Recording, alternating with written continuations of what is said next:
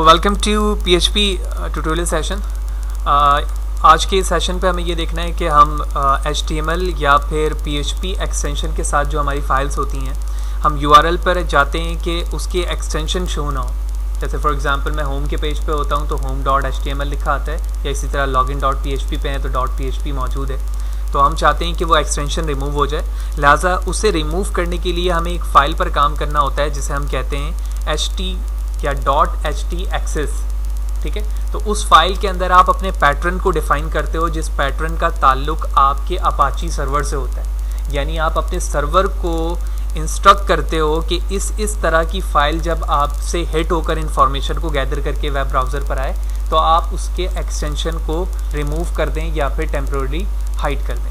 अच्छा, दूसरी बात ये होती है कि .htaccess फाइल पर वो कोड जो अभी हम करेंगे उससे फ़ायदा क्या होता है। पहली चीज़ तो ये है कि हम उसके एक्सटेंशन को रिमूव करते हैं। दूसरी अहम चीज़ है कि सर्वर पर जब हमारी एक्सटेंशन की फ़ाइल मौजूद होती है तो हैकर को एक बहुत आसानी के साथ इस चीज़ का अंदाज़ा हो जाता है कि ये फ़ाइल किस फॉर्मेट पर बनाई गई है, यानी किस टेक्नोलॉजी को यूज़ करके बनाई गई है। लिहाजा उसे हैक करना या उसमें उसका मिस यूज़ करना उसके लिए आसान हो जाता है बनिस्बत ऐसे फ़ाइल के जहाँ पर अब उसका एक्सटेंशन मौजूद ना हो, और जब भी वो उसे देखने की कोशिश करेगा तो उसको HTML के फॉर्म में ही डेटा बैक पर विजिबल होगा। उसे 100% ये समझ में नहीं आएगा कि ये ASP MVC पर साइट बनी हुई है, जेंगो पे बनी हुई है, या वट जो भी हमारे पास टेक्नोलॉजी है उस पर ये साइट बनाई गई है, किस पे बनाई गई है। लिहाजा एक सिक्योर भी हो जाता है और साथ ही साथ हमें जो URL है वो थोड़ा सा बेहतर तौर पर हमें दिख भी रहा होता है। लिहाजा इसके लिए मैंने एक फ़ोल्डर बनाया अपने डेस्कटॉप पर जिसका नाम है रिमूव एक्सटेंशन। मैं इस फोल्डर को ओपन करता हूँ और यहाँ पर एक फ़ाइल क्रिएट करते हैं, न्यू टेक्स्ट फाइल। ठीक है, तो इस वक्त एक टेक्स्ट फाइल है। इस टेक्स्ट फाइल को मैंने ओपन किया और इस पर कुछ भी मौजूद नहीं है, लिहाजा हम डायरेक्टली यहाँ पर क्लिक करेंगे और सेव एज़ पे क्लिक कर देंगे। सेव एज़ पे आने के बाद मैंने यहाँ से ऑल फाइल चूज़ किया और यहाँ पर लिखा मैंने .htaccess।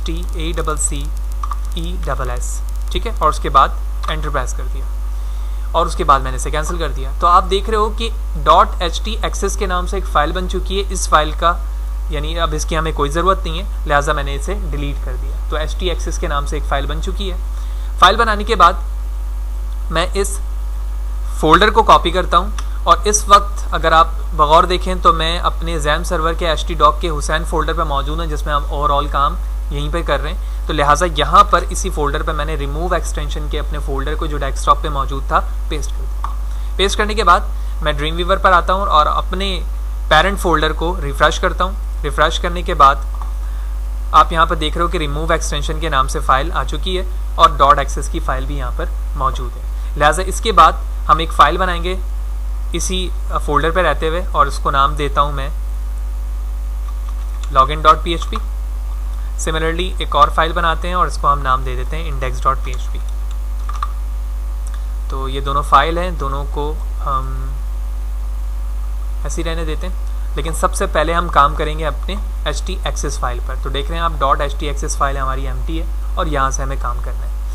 जैसे कि पहले मैंने जिक्र किया कि .access के अंदर वो तमाम इन्फॉर्मेशन हम अपने अपाची सर्वर को बता रहे हैं, क्योंकि अभी मैं लोकल होस्ट पे अपाची सर्वर यूज़ कर रहा हूँ, या जब आपकी साइट अपलोड हो जाती है तो जिस सर्वर को यूज़ कर रही है वो उसे इंस्ट्रक्ट करती है कि आपने क्या काम किस तरह से करना है। लिहाजा इसके लिए हम सबसे पहले एक टैग बनाते हैं जिसको नाम देते हैं if मॉड्यूल mod_rewrite.c। तो इस नाम से मैंने टैग ओपन किया और if मॉड्यूल के नाम से ही टैग को मैं क्लोज़ कर दूंगा। ठीक है, तो वाज़ेह रहे कि ये कोई स्पेसिफिक मार्कअप लैंग्वेज तो है नहीं, लिहाजा मैंने टैग ओपन किया तो मुझे क्लोज़ भी खुद ही करना होगा। लिहाजा if मॉड्यूल और ये सर्वर को एक्सेस कर रहा है। ठीक है, ये इसका एक्सटेंशन है mod.rewrite.c।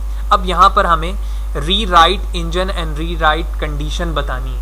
लिहाजा इसके लिए सबसे पहले मैं लिखता हूँ रीराइट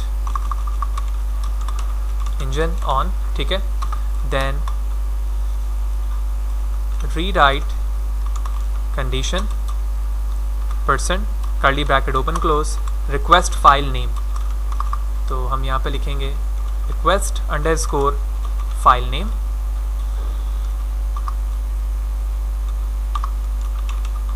और उसके बाद साइन ऑफ एक्सक्लेमेशन -d।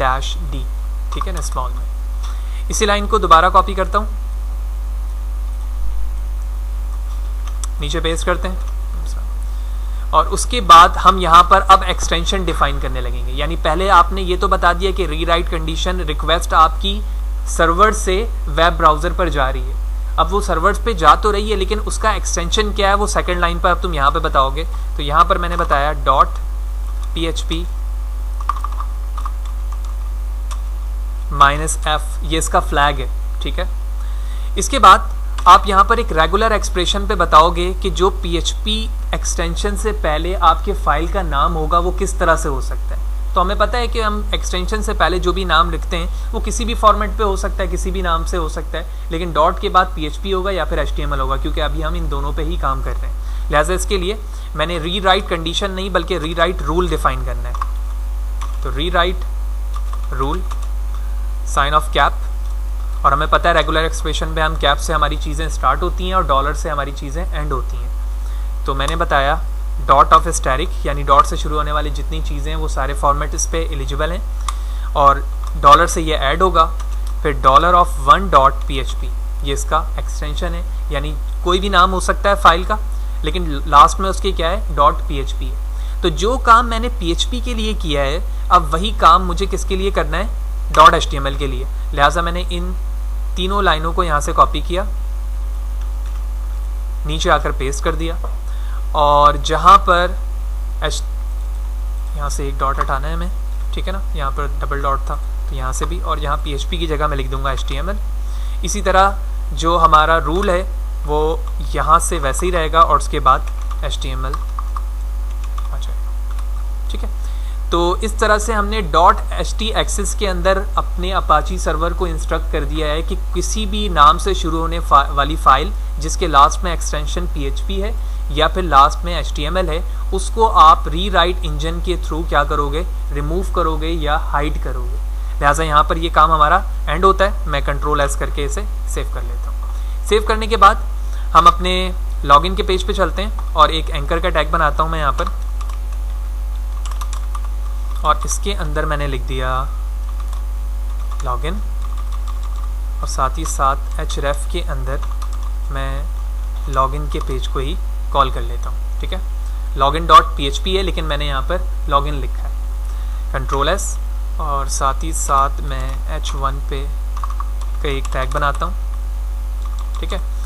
हम जानते हैं कि PHP के अंदर हम HTML की डायरेक्ट कोडिंग भी ऐसे लिख सकते हैं, लेकिन इन्वॉल्व जब PHP के टैग के अंदर आती है तो वो दूसरा तरीका है, वो हम जानते हैं कि किस तरह से की जाती हैं चीज़ें। तो मैंने कह दिया वेलकम टू लॉगिन पेज, ठीक है। Ctrl+S, ये करने के बाद इसी दोनों लाइनों को मैं कॉपी करता हूँ, अपने इंडेक्स के पेज पर आता हूँ, यहाँ पर पेस्ट करता हूँ। लेकिन उससे पहले मैं यहाँ पर, क्योंकि ये कोड हमारा दोनों ही PHP का है, लेकिन मैं एक पेज चाहूँगा कि HTML का भी बना लूँ, लेकिन अभी हम HTML का भी एक पेज बनाते हैं। लिहाजा इस पर मैं PHP की कोडिंग कर रहा हूँ, तो मैंने यहाँ लिख दिया eco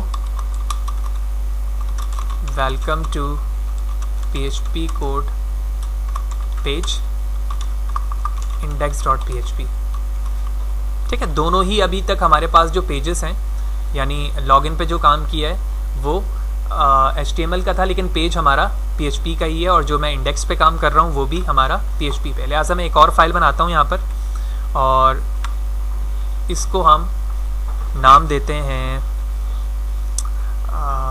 HTML file .html, 2 time enter.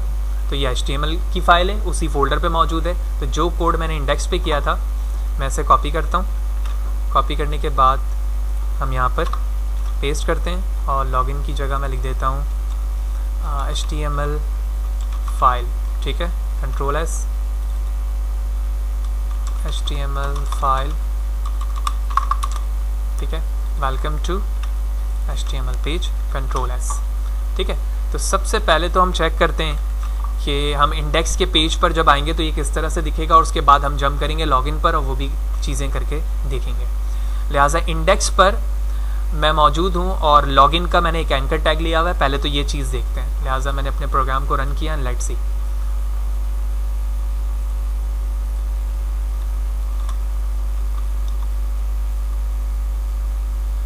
अच्छा जी, सर्वर का मसला है। 82 ठीक है, तो हमने पोर्ट यहाँ पर चेंज किया, ठीक है, 82 पोर्ट लिखना था मुझे, वो मैंने लिखा। और उसके बाद अभी आप देख रहे हो कि मैं इंडेक्स के पेज पे हूँ, लेकिन साथ ही साथ .php लिखा आ रहा है, क्योंकि ये फर्स्ट टाइम रिक्वेस्ट गई है सर्वर पर। लेकिन वाज़ेह है कि इंडेक्स के पेज पे ही मैंने लॉगिन के पेज को एंकर के ज़रिए से कॉल किया हुआ था। मैं लॉगिन पे जैसे क्लिक करता हूँ, आप यहाँ पर देख रहे हो कि लॉगिन का पेज आ चुका है, लेकिन अभी तक मैंने फाइल HTML वाली को एक्सेस नहीं किया है। लिहाजा उसके लिए हम जूम आउट करते हैं और डायरेक्टली, मैं कोड पर लिखा नहीं है मैंने, तो मैं डायरेक्टली यहाँ पर HTML फाइल को भी एक्सेस कर सकता हूँ ना। तो मैं यहाँ लिखता हूँ HTML फाइल, तो मैंने लिखा HTML फाइल, एंटर। तो आप देख रहे हो कि HTML की फाइल विदाउट एक्सटेंशन मैंने लिखकर जब एंटर प्रेस किया है, तो आप देख रहे हो कि HTML फाइल का टैग भी यहाँ पर बनकर आ गया, और साथ ही साथ जो स्टेटमेंट इसमें लिखी हुई थी वो भी आ रही है, और इसमें कोई भी एक्सटेंशन मौजूद नहीं है। जब मैं इसमें क्लिक करता हूँ तो वो भी अपनी वर्किंग वैसे ही कर रहा है।